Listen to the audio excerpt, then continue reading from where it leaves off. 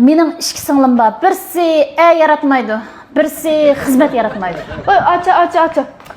Bu 39-chi qaytim uchrashim bo'lmaydi. Uni men xotin qilmayman, qilmayman.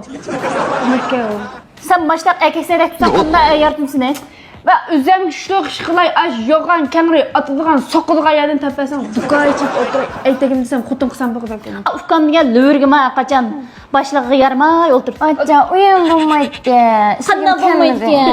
Men degandek 10 ming qo'yib berolmaydi. Sen xizmatga yeng tushmayli 10 ming qo'yin talab qo'tamsan. Ishlagim kelmadi. Sana Bo'lmaydi. tushib berdi, pulni otadigan soqilgan yerda ishlaymiz mana. Berib men bundaq yerda ishlamayman. Mana Eng yaxshisi usulni besanlı xizmat qilib besanlı aytay demay, eng yaxshisi eglikchilar uchimiz. Bo'g'daymi?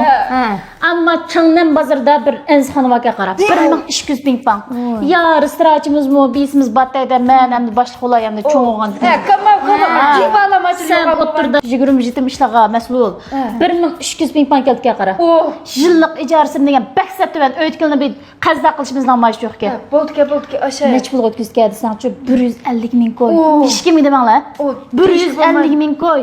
Maxfiy aloqalarni demayjimi? Pechat qilamiz hamda ostidan bedukuni varkan to'q.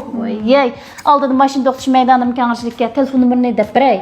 Mana aloqaning deb qo'ymay qolsin juma. Mendan bormas. 157 39 26 0505. 157 39 26 0505 mush nomerlar aloqa qilishib. Men berib o'qishga aloqasini qilamsizlar qilinglar. Men telefon adresi video atay. Bu yana adresi Şehirnaya Changnan bozorining ash qizchiroq do'qmishga joylashgan 5-nomerlik birlatxonasi degan shu. Oy, men u etapimda etap bilan yo'lda bilan telefon qilib hozir. Men to'xtay, men